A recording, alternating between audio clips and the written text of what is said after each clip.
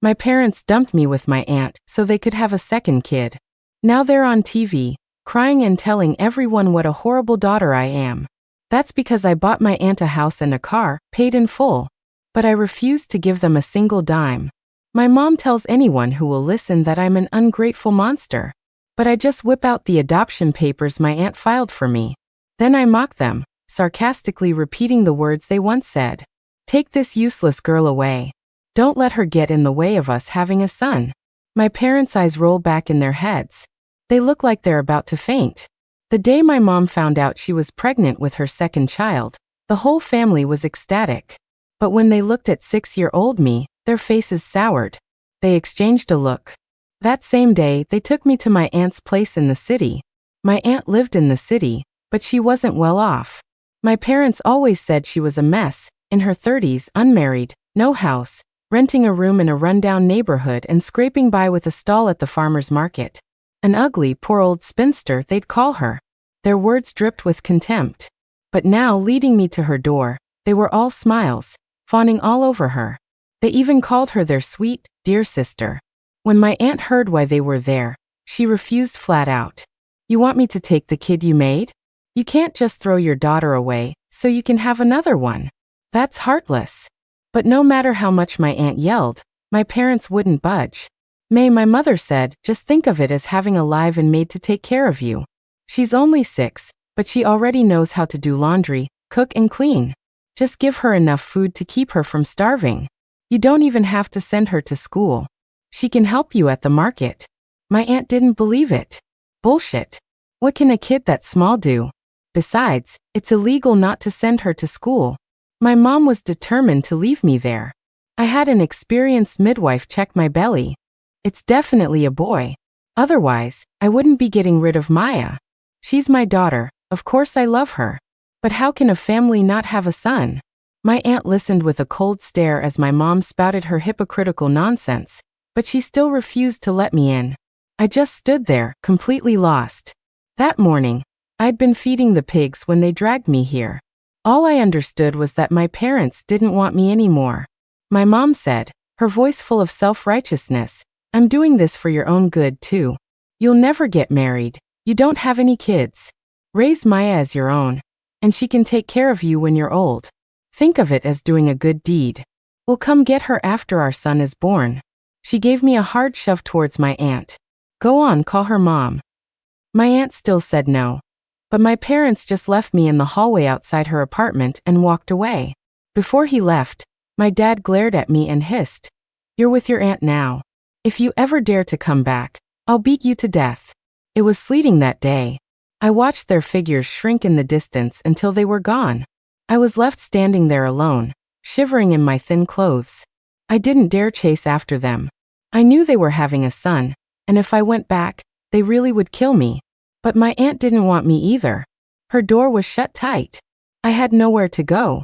I found a corner sheltered from the wind, and curled up into a little ball. Eventually, I lost consciousness. I don't know how much time passed, but a pair of warm hands, rough but steady, picked me up. Through the haze, I heard my aunt's voice. Leaving a kid out in the snow, they're not afraid she'll freeze to death. Goddamn monsters. They'll get what's coming to them. I don't know how long I slept. My head was fuzzy, and I had a fever. When I woke up, my aunt was sitting by the bed. It looked like she'd been watching over me all night. When she saw me looking at her, she spoke coldly. Your parents forced you on me, but I'm not raising you for free. I know. I blurted out, reciting the lines my parents had drilled into me. I won't go to school. I'll stay here and take care of you. I'll do all the cooking and cleaning. Please, Aunt May, don't send me away. My aunt's brow furrowed. I don't want someone who doesn't go to school. You'll never amount to anything. How are you supposed to repay me then? My aunt had suffered her whole life from being uneducated, so she was serious about school. I was terrified she'd reject me. I felt like I was on pins and needles. I quickly changed my tune. I'll go to school. I will. I'll study really hard, and when I grow up, I'll be successful and take care of you for the rest of your life. Don't say such unlucky things. But despite her words, her expression softened a little. She warned me, you're living with me now. Don't cause any trouble. If you don't listen, you can go right back to your own house." Just then, my stomach let out a loud rumble. Seeing that I still had a fever and looked so frail, my aunt snorted and went into the kitchen. A little while later, she came out with a plate of cucumbers and winter melon stir-fried with pork.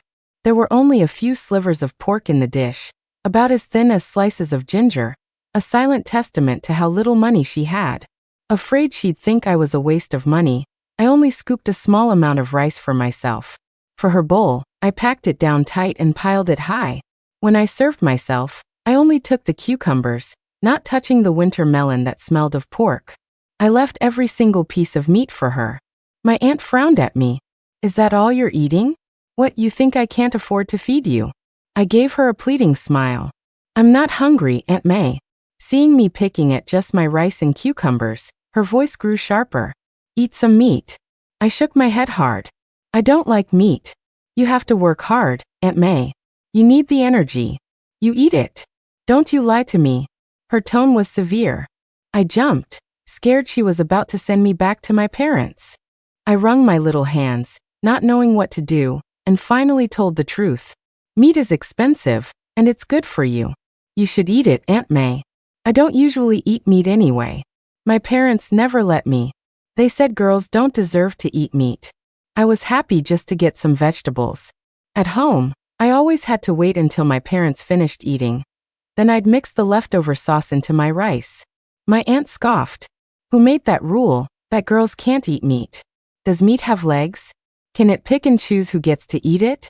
We don't have those stupid ideas here. The most important thing is not to get sick. You're all skin and bones. You want people to think I'm abusing you?" Now I was truly panicked. Aunt May was the best person in the world.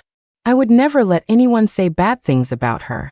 I shook my head frantically, grabbed a big mouthful of the pork-flavored winter melon, and stuffed it in my mouth. The sweetness of the melon mixed with the rich flavor of the pork fat was the most amazing thing I'd ever tasted. It warmed me down to my bones. I couldn't help but wiggle my head in delight. Watching me wolf down the food, my aunt muttered under her breath, "Goddamn bastards. That poor kid, suffering with them. Worse off than a stray." I didn't quite hear her. I blinked in confusion. "What did you say, Aunt May?" She rolled her eyes gruffly. "Just eat." She scooped half the rice from her bowl into mine. Then she picked out every last sliver of pork from the stir-fry and put it in my bowl. She gave me the crispy cucumbers and the savory winter melon. Everything on the table, she gave to me. Soon, my bowl was piled high again. "Aunt May, I can't eat anymore." She stopped her chopsticks and glanced at me. "You eat like a bird." I lowered my head, feeling guilty. But a moment later, I couldn't help but giggle. "Silly girl," my aunt commented between mouthfuls of food.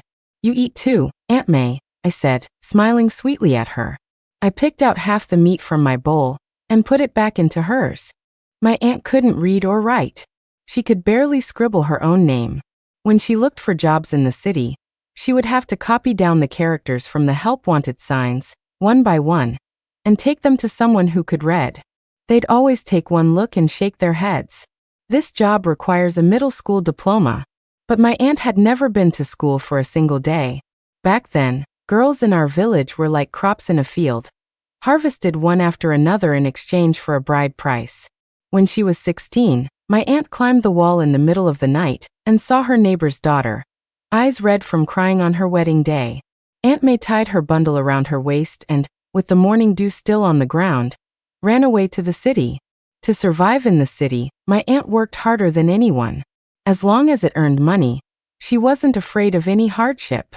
Under the tin roof of the farmer's market, my aunt's stall was always the first to light up. At noon, when the sun was high and the heat radiated off the ground, you'd be drenched in sweat in minutes. The number of shoppers thinned out, and most vendors would pack up to go home, waiting for the cooler afternoon to reopen. But not my aunt. She stayed stubbornly at her stall. Every extra minute she stayed meant she might sell a little more. At night, she wouldn't close up until it was completely dark and there were no customers left. September was the hottest time of year in the South.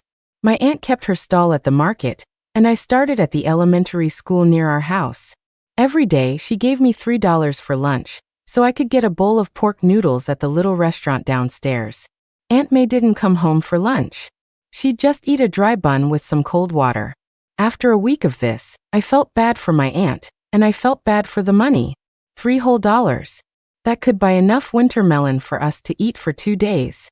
Or 2 tomatoes and 2 eggs for a delicious plate of scrambled eggs with tomato. So I decided to do something about it. That day, instead of going to the noodle shop, I used the $3 my aunt gave me to make scrambled eggs with tomato myself. I steamed a pot of fluffy white rice, packed it all into a lunchbox for my aunt, and ran to the market. I saw her from a distance. It had to be over 100 degrees under the plastic tarps, and heat was rising from the concrete floor. Streaks of sweat cut paths through the grime on her sunburnt face. The back of her blue cotton shirt was soaked through, clinging to her bony spine. She was surprised to see me, my face flushed and my head covered in sweat from running. "What are you doing here?"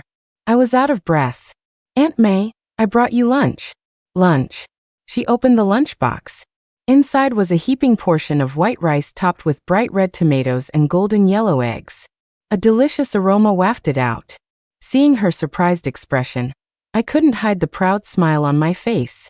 I thought she would praise me, but instead her face hardened.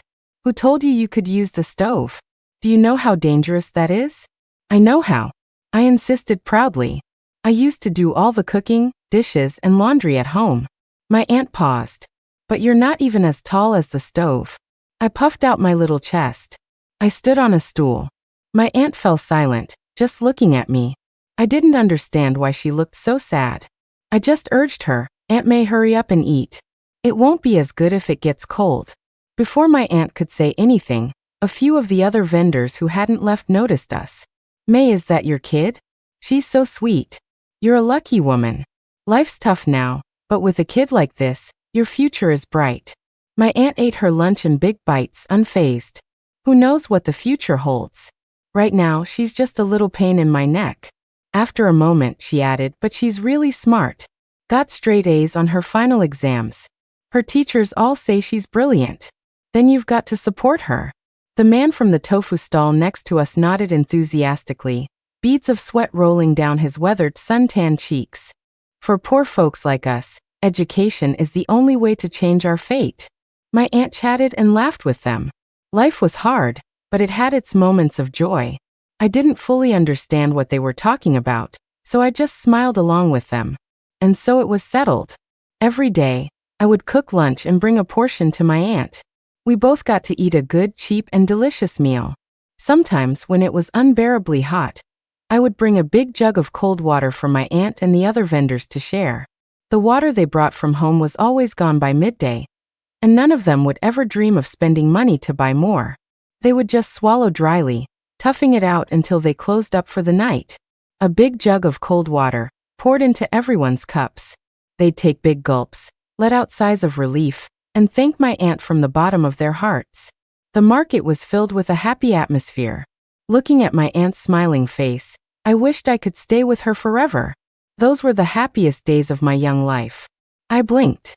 But how could that be possible? She was my aunt. I had my own mom and dad. Sooner or later, I'd be sent back. I just hoped those days would last a little longer, so I could spend more time with her. Life went on like that for 6 years, until I was in the 8th grade. My middle school was far from home, and even farther from the market, so I couldn't bring my aunt lunch anymore. Not only that, but I had to eat at school, which cost $5 a day for the meal plan. A hurricane brought 2 straight weeks of torrential rain, and our small southern city was completely flooded. On her way home from the market, my aunt didn't see a pothole hidden under the knee-deep water, and took a bad fall. It wasn't a serious injury, but she needed to rest. The wholesale market was on the far outskirts of town, and until her leg healed, she couldn't go get more produce. She wouldn't be able to open her stall for at least a few weeks. With my aunt's income gone, we still had to eat and live. Rent was due, and her leg treatment was another expense. Money got very tight, very fast. For days, we ate nothing but plain rice with pickled vegetables or noodles in plain broth. And right at that moment, I had to pay my dorm fees, school supply fees, and lunch money. Looking at my aunt's tired, worried face, I couldn't bring myself to ask her for it. But I knew how important school was. After thinking it over, I gritted my teeth and ran back to my biological parents' house in the pouring rain. I was going to ask them for the money. They brought me into this world, so why weren't they responsible for me? The village I grew up in felt both familiar and strange. My parents had forbidden me from ever coming near it, let alone coming home. As I walked down the muddy path to the house I remembered, I almost didn't recognize it. The old mud brick home was gone, replaced by a nice, two-story concrete house. That must have cost a fortune. Before I could even call out, my mom spotted me. "What are you doing here?" she demanded, looking at me like I was an enemy, her eyes full of suspicion. "You're not thinking of coming back, are you? There's no room for you here." I glanced up at the second floor. My dad was up there with my brother. He wouldn't even bother to come down and see me.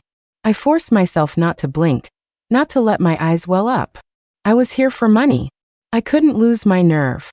I had actually snuck back to see them once before. My brother was 2 at the time, and they hadn't built the new house yet. My mom was holding him, cooing, her face filled with a tenderness and love I had never seen. My dad wasn't home that day, he was in town looking for day labor jobs. I heard that after having a son, he was filled with a new motivation to work. Before, when I was their only child, he spent his days drinking or playing cards. He'd justify it to the neighbors, saying, "What's the point of earning money? I just have a daughter. No matter how much I make, it'll all belong to someone else's family someday." I snapped back to the present and saw a can of imported formula on the table. My brother was 6, did he still need formula? I'd only ever seen that stuff on the shelves of big supermarkets. It cost hundreds of dollars a can. It was definitely making my brother fat and healthy. I remembered the neighbors saying that when I was a baby, my mom was too cheap to feed me. I would cry from hunger, and my parents, annoyed by the noise, would just leave me in the yard. Sometimes a neighbor who couldn't stand it would give me a bowl of rice water. That's the only reason I survived. My gaze shifted to the toys scattered all over the floor, educational games, puzzles, building blocks. They couldn't afford a single meal for me, yet they were raising my brother to be more spoiled than the richest kid in my class, whose dad owned a textile factory. I remembered them saying they would take me back after they had their son. But they never came. My aunt had brought it up a few times, but they always made excuses. "We have to raise a son now, money's tight. Besides, you're not getting married anyway. What's one more mouth to feed?" Seeing my eyes fixated on the imported formula, my mom glared at me without a hint of shame. "What are you looking at? Don't act so pathetic. Did I let you freeze to death? Did I let you starve? If I hadn't sent you to your aunt's, you wouldn't be having such a good life," I said. "You told me you couldn't afford me, but my brother's formula and toys are very expensive." My mom sneered. "You're a girl. He's a boy. How can you possibly compare yourself to him?" After all that build-up, it was time to get to the point. My goal today was to get money for school supplies and a month of lunches. They had spent so much on my brother, surely they could spare this little bit for me? I said, "Mom, I can't afford my school lunch. I was your daughter too. Could you please give me a..."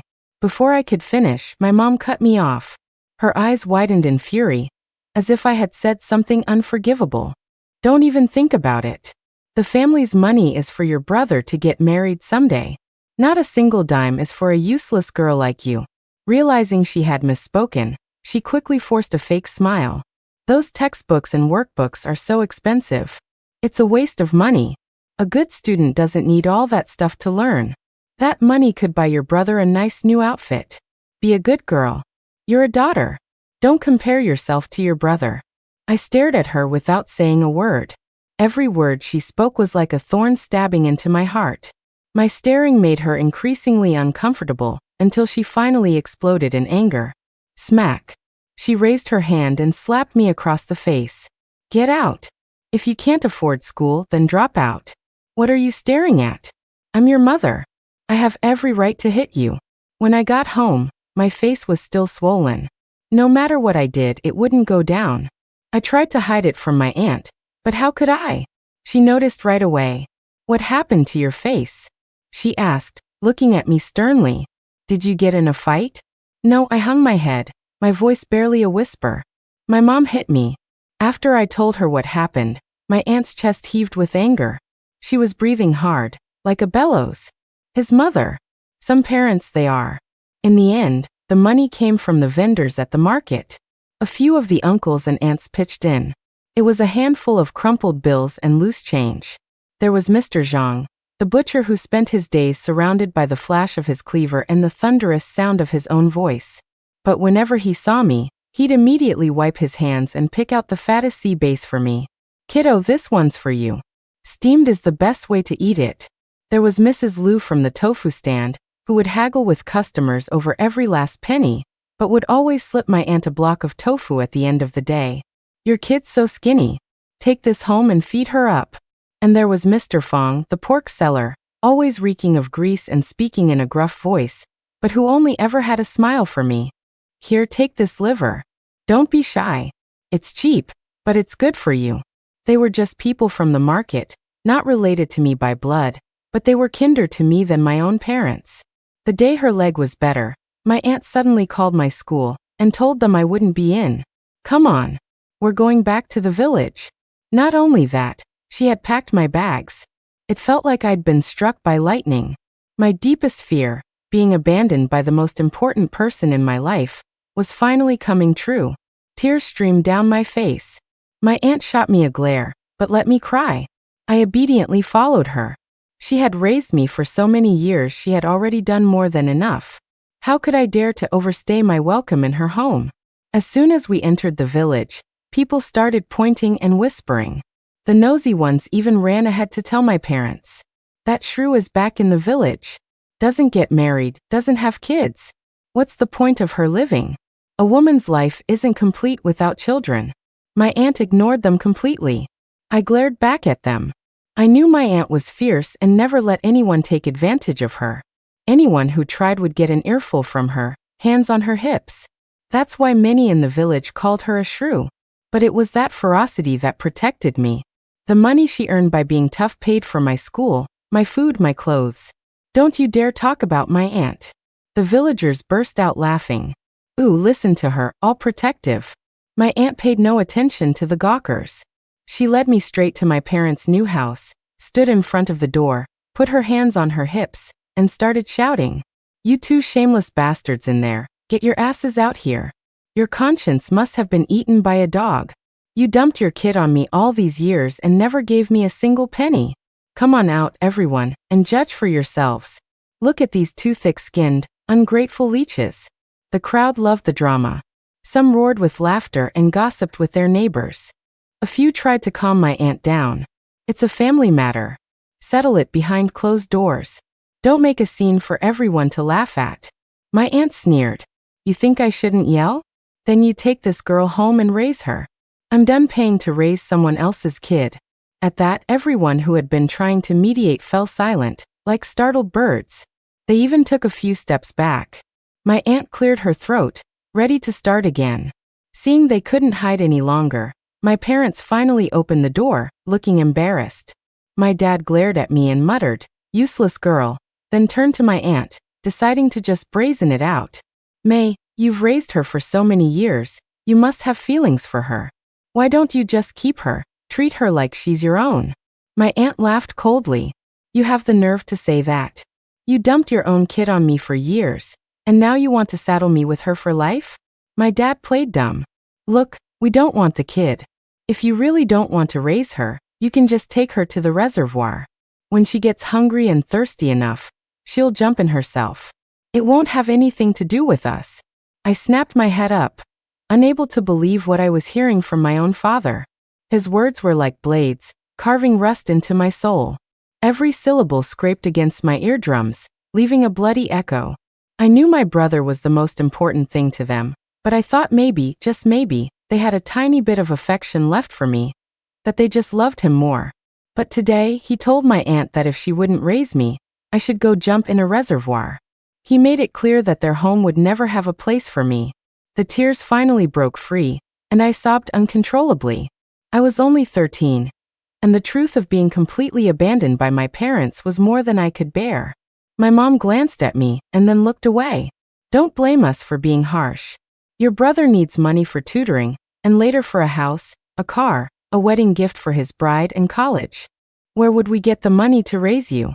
Anything for my brother, no matter how small, was more important than my life. My mom pointed at my aunt. Your aunt doesn't want you. She's the cruel one. If you want to blame someone, blame her. Hearing that, I, who had been overwhelmed with grief, suddenly snapped back to reality. I screamed at her, "That's a lie. My aunt is the best person in the world. She had raised me for so many years. She was the person I was most grateful for. How could I ever blame her?" My aunt didn't want to argue with them anymore. She asked grimly, "So you've made up your minds? You don't want this child?" My mom said nothing. My dad took a drag from his cigarette. "The reservoir is just a mile from here." My aunt sneered, not putting up with their games any longer. She raised her voice for all to hear. "Fine. Let all our neighbors be witnesses. The village chief can be a witness too. They don't want this child. Either I raise her, or she goes to the reservoir herself." Her words caused an uproar. There were plenty of families in the village who favored boys over girls, but no one was as heartless as them. Even the people who were just there for the show started pointing fingers and muttering about them. My parents couldn't even lift their heads in shame. My aunt said in a firm voice, "If you want me to raise her, fine.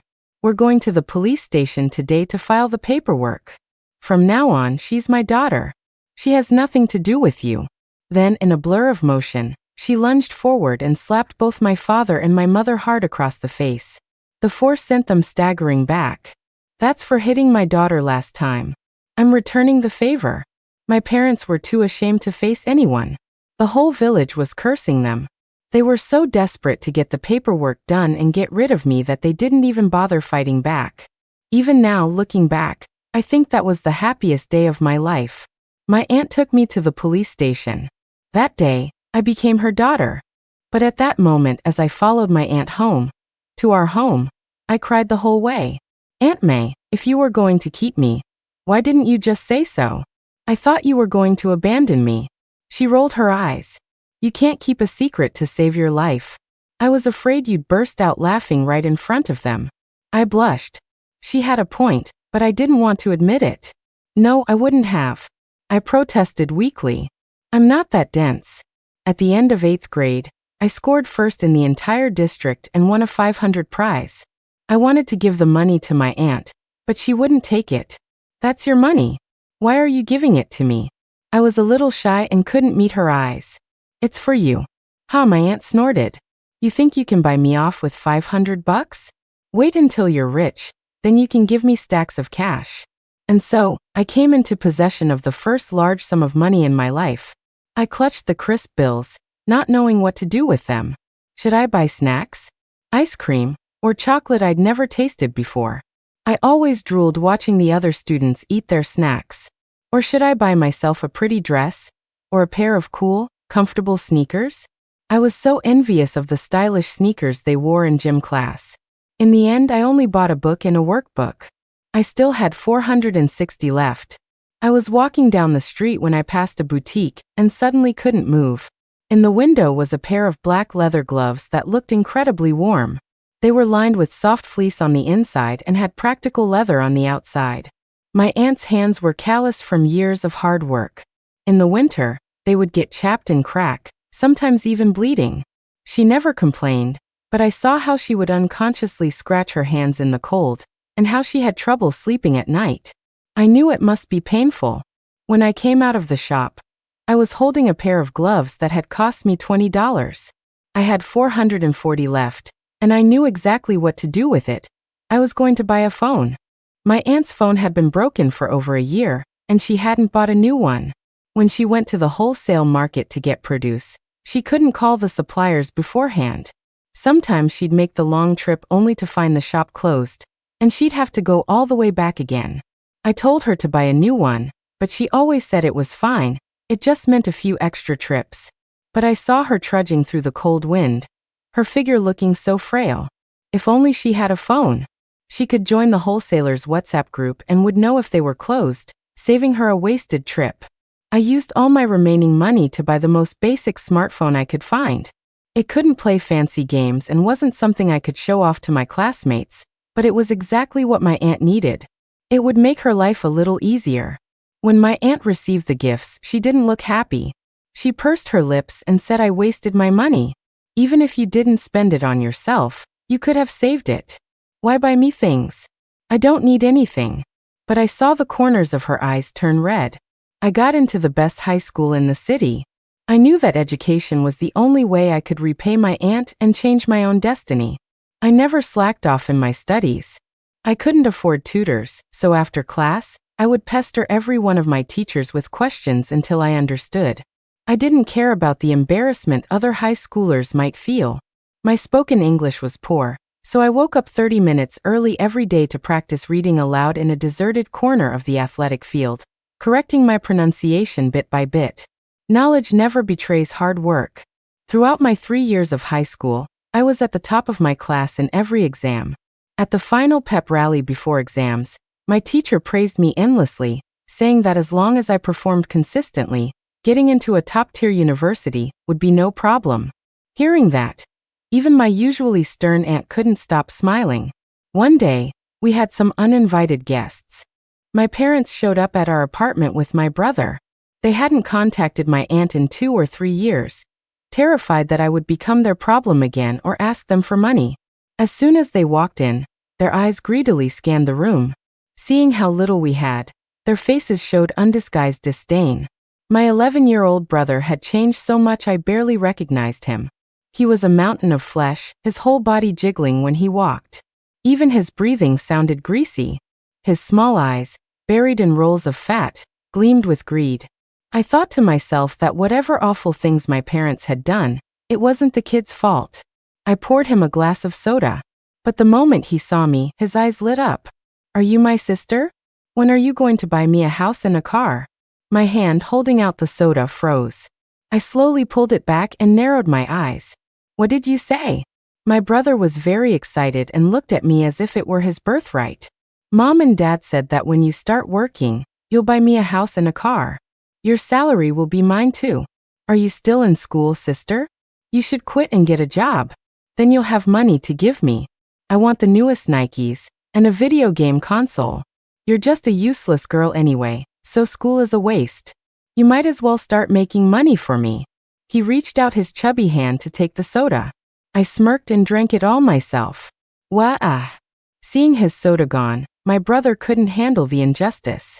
He let out a piercing wail and started rolling around on the floor. That useless girl stole my drink. Give it back, give it back. My parents, who were chatting outside, heard the commotion and rushed in. My mom scooped her son into her arms to comfort him, while shooting daggers at me. You ungrateful brat. The first thing you do is bully your little brother. Are you that jealous of him? You're a girl and he's a boy. How can you compare? That woman raises you for a few years, and you forget whose belly you came out of? You wretched girl. You better remember that you and your brother are the closest family you have. You need to help him in the future. I shrugged, treating her words like hot air. Her precious Leo was turning into a pig. He was spoiled, greedy, and didn't seem very bright. Only his parents saw him as a treasure. He was on a fast track to ruining his own life. My dad cleared his throat and spoke in a commanding, patriarchal tone. All right, stop fighting. We came here to take Maya back to the village. You're almost 18. You've been a burden to your aunt for long enough. There's no need to trouble her anymore. My dad looked down his nose at my aunt, his voice like a command. We're taking Maya. When Leo starts middle school, we'll send him here to live with you. The schools in the city are so much better. If a girl can get good grades, imagine what Leo can do. My aunt's eyebrows shot up, and she looked ready to explode. But my dad was still lost in his own self-importance. May, he said, addressing my aunt. You're an older woman, unmarried. You're practically my second wife. I know we said Maya could take care of you when you're old, but you have to understand who's more important. It's not that I favor boys, but a son is definitely more important than a daughter. That's the way it's always been. He was radiating smug superiority, convinced he had it all figured out. He didn't notice my aunt heading to the kitchen to grab something. My mom put on a loving expression. Maya, come home with us. You can quit school. Your brother's grades aren't good, so you can tutor him every day. You can also do the laundry, cook, and feed the pigs. We're your real parents. Don't you want to live with us? I laughed coldly. I'm a senior in high school. You want me to go back and be a slave to your son? My mom rolled her eyes. What's the point of being a senior? We country women don't need that much education. You learn all those bad ideas and men won't want you. Graduating high school is more than enough to be a good wife and mother. You should get a job and get married soon. Your bride price can buy Leo a house, and your salary can go to him, too. She was practically glowing as she spoke, as if she were already living in the new house. The triumphant looks on my parents' faces didn't last long. The kitchen door was kicked open with a bang. My aunt stormed out, holding a dripping trash can full of fish guts.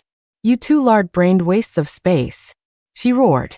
With a swing of her arm, the trash can flew through the air. In your damn dreams. Splat. Fish intestines and blood rained down on them. It was from the fish Mr. Zhang had been giving us every day for soup since I started my senior year. A slimy piece of fish gut landed on my dad's face. A fish gill got stuck on my mom's lip. The stench was overwhelming. Ugh. My mom dropped to her knees and started dry heaving. A vein throbbed on my dad's forehead. His male ego flared, and he raised his hand to hit my aunt. My aunt grabbed a rolling pin and slammed it on the table. Go on, try it. I'll knock some sense into that thick skull of yours today. The rolling pin was still covered in raw meat from making dumplings. My dad's hand froze mid-air. He swallowed hard.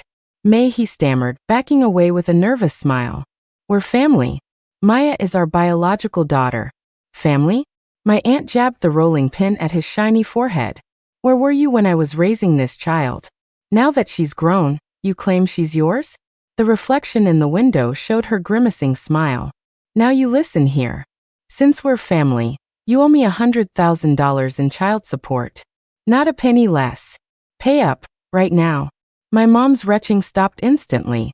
They, who wouldn't spend a single cent on me, turned and fled without a second thought. I waved after them. Don't let the door hit you on the way out. Oh, and my name's not what you call me. I go by my aunt's last name now. It's Maya. My mom spat in my direction. Fine, don't come back. We'll pretend we never had a useless daughter like you. At the time, my aunt and I just looked at each other and smiled. We didn't see the greedy light in their eyes, a sign that they were far from finished. It was the week before my final exams. I had just left school and was walking down the street when my parents jumped out and started dragging me away. The pain in my scalp was searing. I struggled with all my might, yelling, "Help! Help me! Shut up, you little bitch!" My dad yanked my hair so hard I almost fell. You really think you're going to finish high school? Let me tell you, we've already found a husband for you back in the village. We're just waiting for you to go back and get married so we can collect the bride price. The commotion drew the attention of the neighbors. They surrounded us in a tight circle. We lived in an old, crowded apartment building near the market. The rent was cheap, but it was dirty and noisy, and most of the residents were vendors from the market. These were the most ordinary, overlooked people, but at that moment, they formed a human wall around me. My eyes started to burn. My dad tried to shove them away. Get lost. This is my daughter. It's none of your business. Bullshit. We've watched Maya grow up. Yeah, we've never seen either of you before in all these years. No matter what my parents said, the crowd wouldn't let them through. My mom shrieked hysterically, "I'm her mother. May is my sister." She suddenly dug her nails into my arm. The sharp pain made tears spring to my eyes. Say something. Tell them I'm your real mother. I wrenched my arm free and yelled with all the strength I had. They're not my family. I'm May's daughter. I don't know them. The crowd erupted. Take them to the police station. Officer, we've got kidnappers here. They're trying to snatch a kid right off the street. My parents' faces twisted in fury at my lies.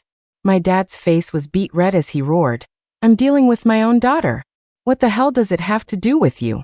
My mom, clutching my backpack strap, chimed in, "What's the point of a stupid girl going to school anyway?" Mrs. Zhang, who sold vegetables, spat on the ground. "I spit on you.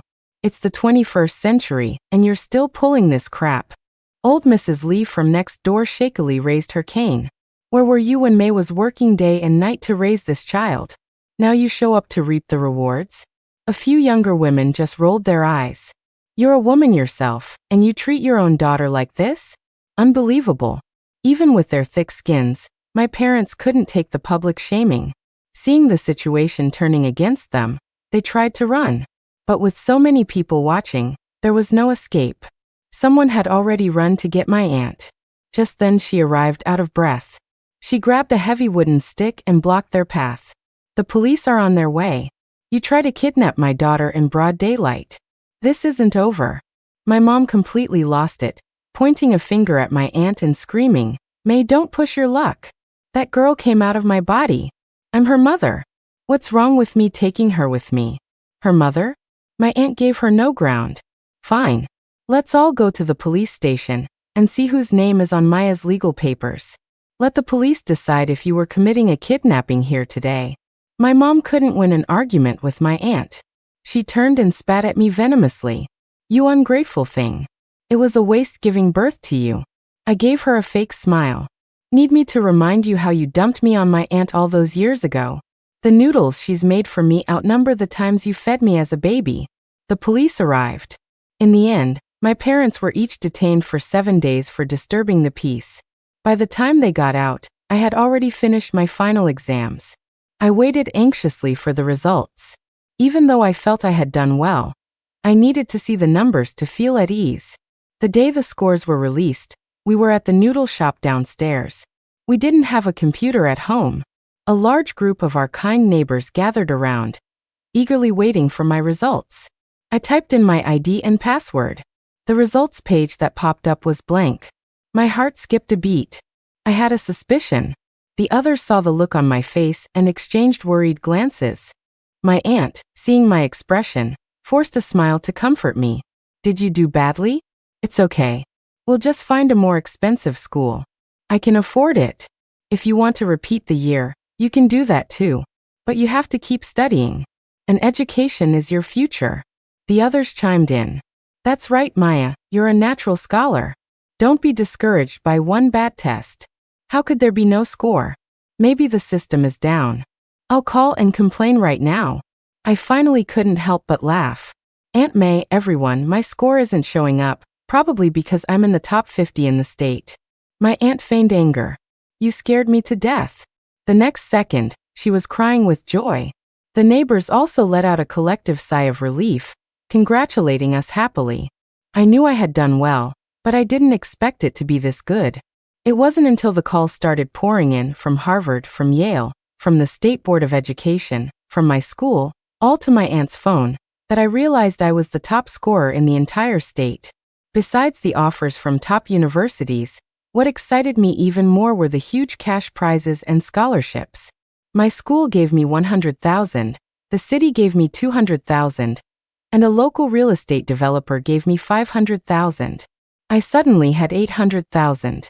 It was a sum of money I had never even dared to dream of. But I quickly realized I had a serious problem. The day I got the money, I went to the real estate company that had given me the prize. "You want to buy a house?" I nodded fiercely. "And I want it in my aunt's name." The company gave me a discount. I paid $720,000 in cash for a 3-bedroom house. From that day on, my aunt and I had our own home in the city. No more moving from rental to rental. No more worrying about rent. I couldn't keep a single penny on me. I still had $80,000 left. I went to see the market manager. He was a burly man with a permanent scowl, very strict. He looked at people fiercely and would kick out any vendor who didn't follow the rules. But I knew he was a good person. Sometimes, when my aunt couldn't pay the stall fee on time, he would give us a few extra days. He also frequently bought things from her. Besides the open-air stalls, the market also had many storefronts with all sorts of little shops. I wanted to buy one for my aunt. She could sell fruit, or clothes, or household goods, anything, as long as she didn't have to brave the wind, rain, and sun day after day just to make a living. I was honest with the manager who had helped us so much. "I'd like to buy a shop here for my aunt, but my biological parents might come and cause trouble for you. Would you still be willing to sell it to me?" The manager scoffed. "Why would I turn down good business? If those two dare to set foot in my market, they won't know what hit them." I spent every last bit of the $800,000, buying a house and a shop, both in my aunt's name, paid in full. I finally felt a huge sense of relief. That evening, when I got back to our building and saw two familiar figures lurking, I was incredibly glad I had been so proactive. The moment they saw me, my parents lunged like a pack of wolves. My dad grabbed me. His hands, callous from years of labor, were heavy and strong. He pinned my arms so tightly I cried out in pain and struggled to get free. My mom ignored my distress and immediately started searching me. "You little bitch, where's the prize money? Weren't you supposed to get it today? Where's the bank card? Hand it over now. We're your real parents. Are you going to give a huge sum of money like that to an outsider like your aunt?" They found nothing. I took the opportunity to scream for help. By now, my parents were pariahs in our neighborhood. Every time they showed up, they were met with hostility, and sometimes people would even manage a few kicks in the chaos. They panicked for a moment, wanting to run, but then they froze. They had decided to go all in. My mom grabbed me and started crying. "I'm begging you, Maya. I'm on my knees. Please give us the scholarship money. Are you trying to kill your brother? Are you trying to kill our whole family? So urgent? Trying to kill the whole family?" My eyes lit up. I cleared my throat. What happened? My mom was too busy crying and complaining to notice the excited, gossipy tone in my voice. Leo had been spoiled rotten. He couldn't stand it when things didn't go his way. A relative came back to the village to visit, bringing lots of snacks. Leo wanted some and went to ask. The relative had a lot of kids, not even enough for their own family, so they didn't give him any. So when no one was looking, Leo set fire to the man's brand new Mercedes-Benz. Now the owner was suing them for $600,000. I tried hard not to laugh out loud. But that's only $600,000. Why do you want to take all of my $800,000? The rest is for your brother's wedding. If you, his sister, don't help him, how is he ever going to get married? She whined, still complaining. In her eyes, Leo was never at fault, it was always someone else. "Mom." I suddenly called out cheerfully. "Stupid girl. What's the use of calling for me? Just give me the..." The next second, she realized I wasn't looking at her.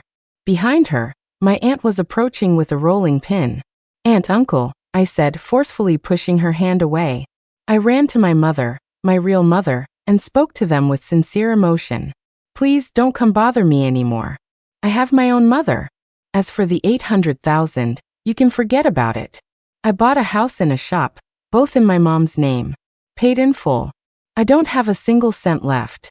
If you need to pay someone back, you'll have to figure it out yourselves." My parents, no, my aunt and uncle, completely broke down. My uncle sank to his knees in despair. My aunt shrieked hysterically. "I gave birth to you. How can you be so selfish? How can you call someone else mom? If we can't pay, your brother is going to juvie. We need money for everything. And you took it all to buy a house for an outsider? What are your parents and your brother supposed to do now? You're our daughter." I shrugged nonchalantly. "Do whatever you want. Whoever's kid it is, it's their responsibility. And by the way, you're mistaken. My mom raised me for 13 years, and she's the one on my legal documents." Later, when I came home from college for winter break, my mom told me what had happened to my biological family. To pay the compensation, they had to sell their house. They ended up renting an apartment in a complex not far from ours. The whole family became infamous there. The shrewish, mean-spirited parents and their fat, lazy son.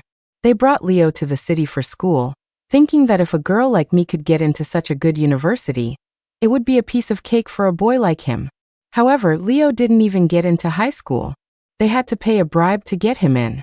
He didn't study, just spent his days eating, drinking, and playing, constantly asking for money. But now his family was broke, so he started extorting money from other students. I heard he'd been in and out of the police station several times. One day, my mom and I were coming home from the supermarket when we ran into my biological aunt and uncle on the street. They saw us getting out of our car, our arms full of groceries, and immediately started spewing venom. "Ungrateful brat. I went through all that pain to give birth to you. And what do? You only know how to suck up to outsiders. You don't give a damn about your real parents or your brother. I should have just strangled you at birth." I smiled brightly. "I think you have the wrong person. Your daughter drowned in the reservoir. My name is Maya. I'm May's daughter. My mom, not to be outdone, said loudly, "Honey, this new car you bought me is just gorgeous. It'll be so convenient to get around now. After you go back to work next month, I'm going on a road trip with my old girlfriends from the market. We're going to see the Grand Canyon." I smiled. We left their curses and insults far behind us. The sun shone down on me, warming me and chasing away the shadows of my childhood. I think my life will continue to be this happy, forever. The end.